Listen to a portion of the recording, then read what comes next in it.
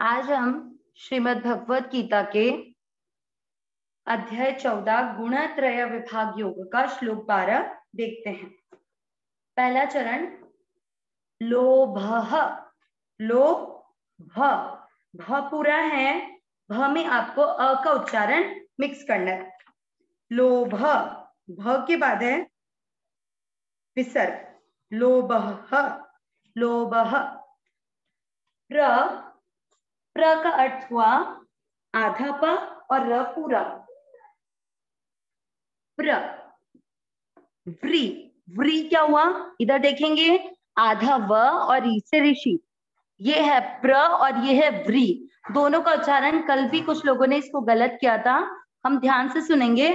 प्रव्री आधा त, ये आधा त और ती कैसे बना इसको इधर देखेंगे।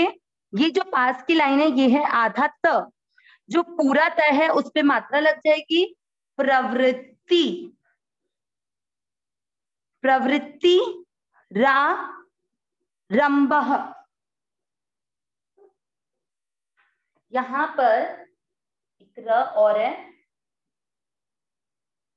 रा और र, र में आधा म मिक्स करेंगे, रम आधा अक्षर पूरी के साथ, रम भ पूरा है, भ में अ मिक्स करना है, रा रंबः।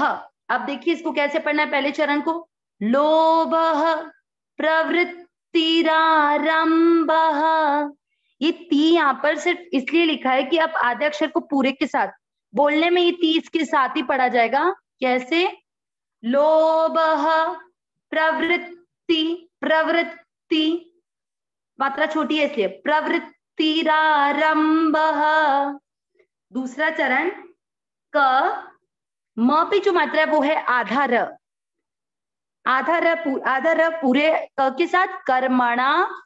अब इसमें देखेंगे म श म तीनों अक्षर पूरे पूरे, तो तीनों में अ मिक्स करना है, म श म शब्द पूरा होने के बाद ये है विसर्ग, म में अ की मात्रा है तो विसर्ग को पढ़ेंगे ह, म श म आधा स, कल हमने बताया था आधे स को कैसे उच्चारण किया जाता है, प के नीचे री की मात्रा, प और री से ऋषि प्री, प्री। हाँ कैसे पढ़ेंगे शब्द को एक बार ध्यान से सुने, स्प्रिहा, कोई भी सप्रिहा नहीं पढ़ेगा, ध्यान से वापस सुनना, स्प्रिहा स्प्रिहा स्प्रिहा।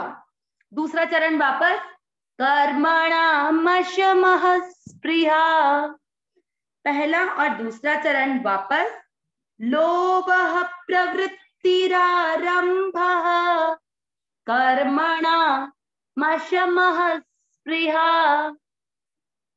दूसरा चरण होने के बाद तीसरा चरण र पूरा, र में अ मिक्स करना है, र ज पूरा और स के नीचे हलन, रजस। ये तानी मात्रा छोटी, ये य इसको ध्यान रखिएगा, य पे एक ही मात्रा, ये तानी, जा य पे आधा न जायन्ते। तीसरा चरण कैसे बोलेंगे, रजस ये तानी जायन्ते। चौथा चरण विवृद्ध, देखो वी ये कल भी था शब्द, आराम से आ जाएगा, व्री, व्री का मतलब हुआ आधा व और वी, व्री। वी को इसके साथ पढ़ना है, कल कुछ लोगों ने वी को अलग बोला तो व्री को अलग, अपने को साथ पढ़ना है, विवृद्धे विवृद्धे विवृद्धे। देखिए आधा द भी आ रहा है। अब इस शब्द पे ध्यान देंगे, भरत, तीनों पूरे पूरे हैं, भरत। अब यहाँ पर श पे क्या आ गया, आधा र, तो आधा र इसके साथ भरतर्षभ, भरतर्षभ। चौथा चरण वापस विवृद्धे भरतर्षभ। तीसरा और चौथा चरण साथ में पढ़ेंगे, रजस ये तानि जायन्ते विवृद्धे भरतर्षभ। पूरे श्लोक का उच्चारण आराम से एक एक शब्द का उच्चारण ध्यान से सुनते हुए करेंगे। लोभः प्रवृत्तिरारंभः कर्मणामशमः स्पृहा रजस् तानि जायन्ते विवृद्धे भरतर्षभ। एक बार वापस, लोभः प्रवृत्तिरारम्भः कर्मणामशमस्पृहा रजस्येतानि जायन्ते विवृद्धे भरतर्षभ। अब इस श्लोक का अर्थ, भरतर्षभ, हम कई जगह पर अर्जुन के लिए भारत शब्द का प्रयोग करते हैं।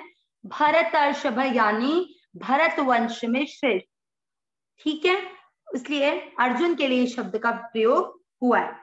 लोभ, लोभ, प्रवृत्ति, रारंभ यानी इसमें प्रवृत्तिर और र में आ की मात्रा है तो आरंभ है, आरंभ शब्द आया है। कर्मणा, कर्मों का, मशमः, कर्मणा मशमः। अब इसमें क्या है, आप यहाँ पर ध्यान देंगे कि ये कर्मणाम, ये तो इसके साथ जुड़ जाएगा और म में अ भी मिक्स किया था तो अशम, अशम का अर्थ होता है अशांति। स्पृहा यानी स्पृहा, इसे भी हलचल कहते हैं, स्पृहा कुछ भी इच्छा जिसे कहते हैं, ठीक है, तो इच्छा के कारण अशांति होगी। रजस ये तानि जायन्ते, ये विवृद्धे यानी रजोगुण के बढ़ने पर। हमने ये चीज देखी थी कि सत्वगुण बढ़ने पर क्या होता है कि हमें प्रकाश और ज्ञान की वृद्धि होती है।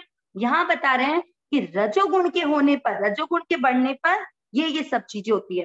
पूरा श्लोक का अर्थ देखेंगे, हे अर्जुन, रजोगुण के बढ़ने पर क्या क्या होगा, लोभ में प्रवृत्त होता है, आप जो भी काम करोगे उसमें आपको फल की इच्छा रहती है। हमने ये पहले भी देखा था, रजोगुण यही होता है कि जब इंसान ये मानने लगता है कि मैं कर्म कर रहा हूं, और जब खुद करता बनता है तो उसको फल की इच्छा भी रहती है।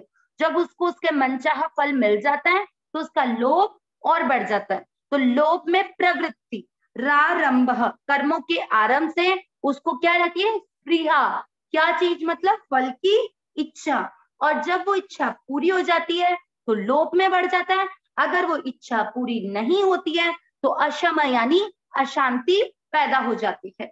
ये चीज आज के श्लोक का समझ आई कि रजोगुण के बढ़ने पर, हे भरतवंशी अर्जुन, हे भरत श्रेष्ठ अर्जुन, जब भी रजोगुण बढ़ेगा तो इंसान का लोभ बढ़ेगा, क्योंकि जब वो कर्म आरंभ करेगा, कर्म के आरंभ में उसको स्पृहा यानी फल की इच्छा रहेगी। अगर वो इच्छा पूरी हो जाएगी तो उसका लोभ बढ़ता जाएगा, और अगर पूरी नहीं होगी तो अशम यानी अशांति बनी रहेगी। अब हम खुद अपने आप का एग्जामिनेशन करें कि क्या हम में रजोगुण अधिक है। जैसा कि आज की चर्चा में भी हुआ था, साधक संजीवनी की जो चर्चा होती है, आज उस पर भी